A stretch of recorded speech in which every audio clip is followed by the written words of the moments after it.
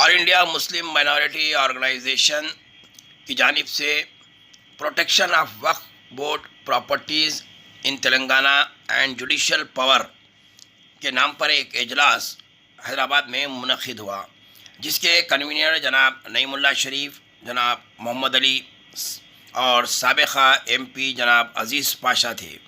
اس اجلاس میں شہر سے تعلق رکھنے والے دانشوروں کے علاوہ سیاسی، سماجی، غیر سیاسی تنظیموں سے وابستہ افراد نے شرکت کی اور اپنے خیالات کا اظہار کیا۔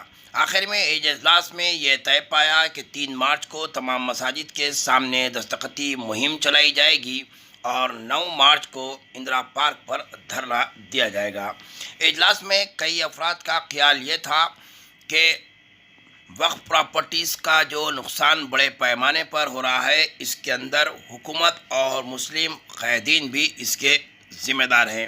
زیادہ تر وقف بورڈ کے اراکین بھی اس میں ملوث ہیں۔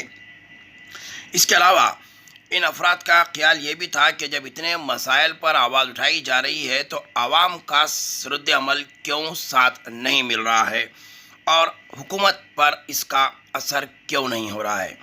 جیسا کہ آپ جانتے ہیں ناظرین کہ ہر وقت جیسے ہی الیکشن کا سامنا قریب آتا ہے، اب جبکہ 2023 الیکشن کا سال شروع ہو چکا ہے اور تلنگانہ ریاست میں کسی وقت بھی الیکشن ہو سکتے ہیں، اس طرح کے اجلاس منعقد کرنے کا سلسلہ شروع ہو چکا ہے۔ کئی تنظیمیں ہیں جو اپنے اپنے طور پر کام کر رہی ہے۔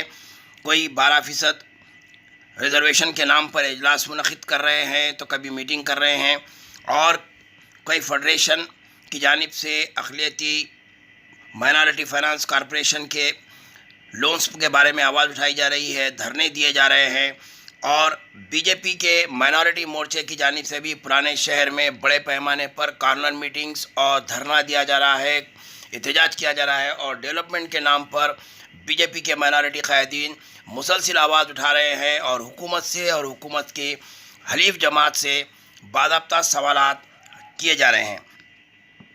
جیسا کہ ہم پہلے بھی جانتے ہیں کہ ایک جنوبی مسلم پرسنل لا بورڈ کے نام سے بھی ایک تنظیم قائم کی گئی ہے، اور یہ تنظیم بھی مسلم مسائل پر جنوب کے مسلمانوں کے مسائل کے تعلق سے آواز اٹھا رہی ہے، اور یہ پیغام دینے کی کوشش کی جا رہی ہے کہ ہم ہی ان مسائل کو حل کروا سکتے ہیں۔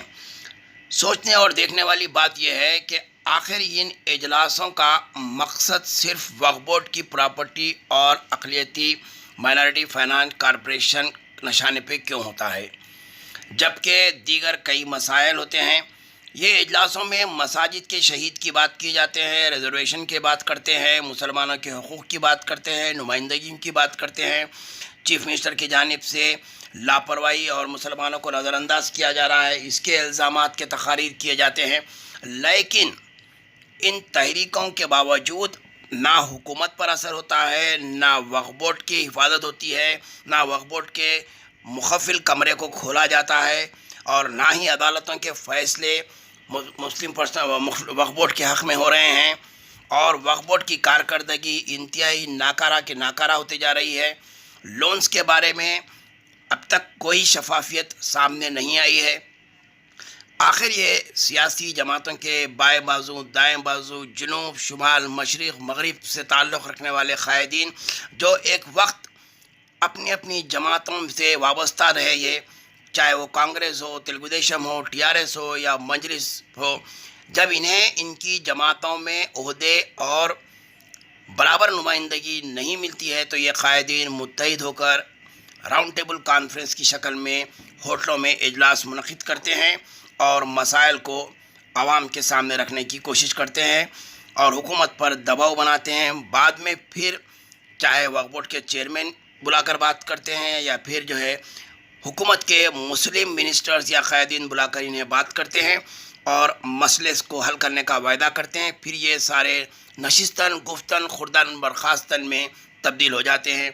آخر کب تک ان اجلاسوں کے ذریعے ایسے مسلمانوں کے مسائل کو حل کیا جا سکتا ہے، جبکہ ان قائدین کو ہم کبھی پرانے شہر کے کثیر مسلم آبادی والے علاقوں میں نہیں دیکھتے، جہاں ایم آر اوز کے مسائل ہوتے ہیں جہاں پر خواتینوں کی کثیر تعداد ٹھہری ہوئی ہوتی ہے شادی مبارک اسکیم کے لیے، وظائف کے لیے اور دیگر انکم سرٹیفکیٹس کے لیے، وہاں پر یہ ان کی رہنمائی کے لیے، ان کی نمائندگی کے لیے نہیں نظر آتے۔ دواخانوں میں کثرفلی حالت ہوتی ہے، وہاں پر یہ قائدین نظر نہیں آتے۔ پولیس اسٹیشنوں میں ہراسانی ہوتی ہے، گرفتاری ہوتی ہے اور جو ہے ظلم زیادتی کی جاتی ہے، وہاں پر ان قائدین کا اجتماع یا ان کی یہ راؤنڈ ٹیبل کانفرنس نظر نہیں آتی اور یہ متحد طور پر وہ پلیٹ فارم پر نہیں دکھتے۔ عوام کے درمیان میں یہ کبھی ٹھہرے ہوئے نظر نہیں آتے، صرف ہوٹلوں میں اجلاس اور پھر نشستن گفتن خوردن اور برخاستن۔ تو ایسے اجلاس منعقد کرنے کے مقصد سے کیا حکومت ایسے اجلاسوں کے ایسے قائدین، ایسے تنظیموں کے مسائل کو حل کرنے میں سنجیدہ ہو سکتی ہے کیا؟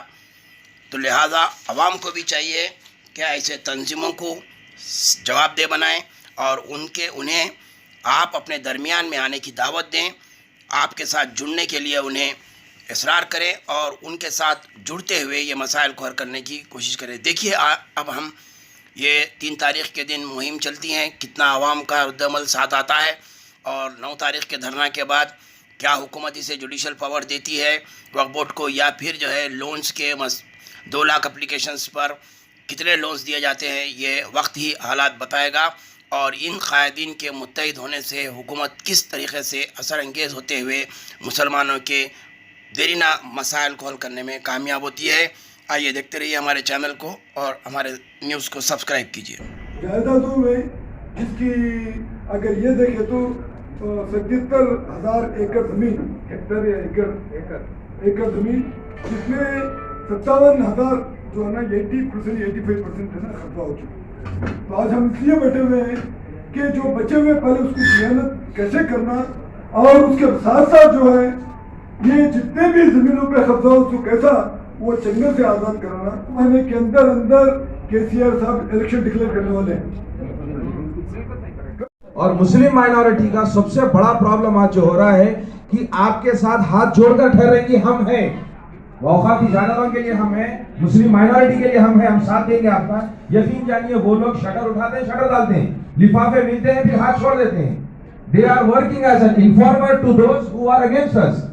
یہ بات سب سے پہلے وہ کریے۔ اور میں آپ کو بتاتا ہوں، میں اس معاملے میں صدیقی صاحب میرے غریبوں کے لیے جو بزرگان دین نے وقت جو کی اپنی جائیدادوں کو اللہ کے راستے میں اپنی آخرت بنانے کے لیے، وہ جائیدادوں کا تحفظ جان دے کے، جیل میں جا کے مصیبتیں صعوبتیں برداشت کر کے حاصل کی جا سکتی ہیں۔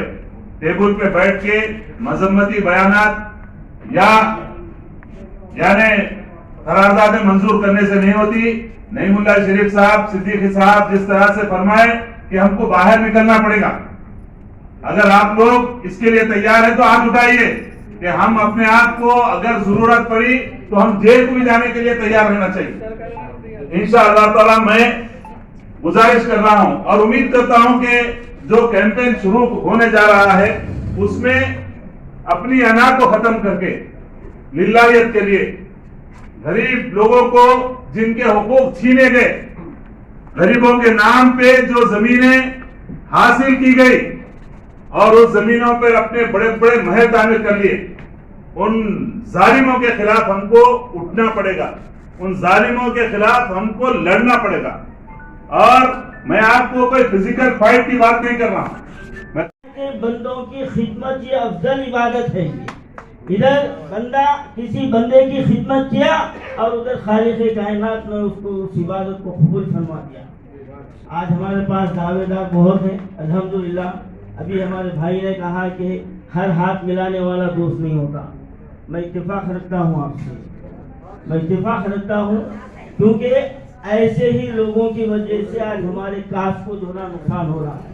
اب آپ دیکھ لیجیے، اب ہماری رولنگ پارٹی میں ہمارے کتنے جو نا نام نہاد مسلمان ہیں، کتنے ہیں؟ کوئی آواز اٹھایا؟ آج مساجد شہید ہوئے، کسی مسلمان کے دل کو دھکا لگا؟ آج 10 یونیورسٹی میں سے ایک وائس چانسلر نہیں لیا گیا، کسی مسلمان کو دھکا لگا؟ آج فائنانس کارپوریشن کے نام پر دھوکہ دیا جا رہا ہے، کسی مسلمان کو دھکا لگا؟ نہیں لگا۔ کیوں؟ کہ اس کو اپنی سیٹ پیاری ہے، اس کو اپنی کرسی پیاری ہے، اس کو انسانیت پیاری نہیں ہے، اس کو یہ سمجھنا نہیں ہے کہ یہ 4 دن کی جو نا چاندنی ہے، اس کے بعد پھر اندھیری رات ہے، مجھے اللہ کے سامنے جو نا منہ بتانا ہے۔ اگر کوئی بندہ مومن یہ جذبہ اپنے دل میں رکھتا ہے اور اللہ کی خدمت کے لیے آگے بڑھتا ہے تو یقیناً اس کی خدمت قابل قبول ہوگی، اور یہ ہمارا بیٹھنا اگر اس اخلاص کے ساتھ ہے تو یقیناً اس میں اللہ کی مدد شامل ہوگی، ضرور مدد شامل ہوگی، اور ایک نہ ایک دن ہم کو کامیابی ضرور ملے گی۔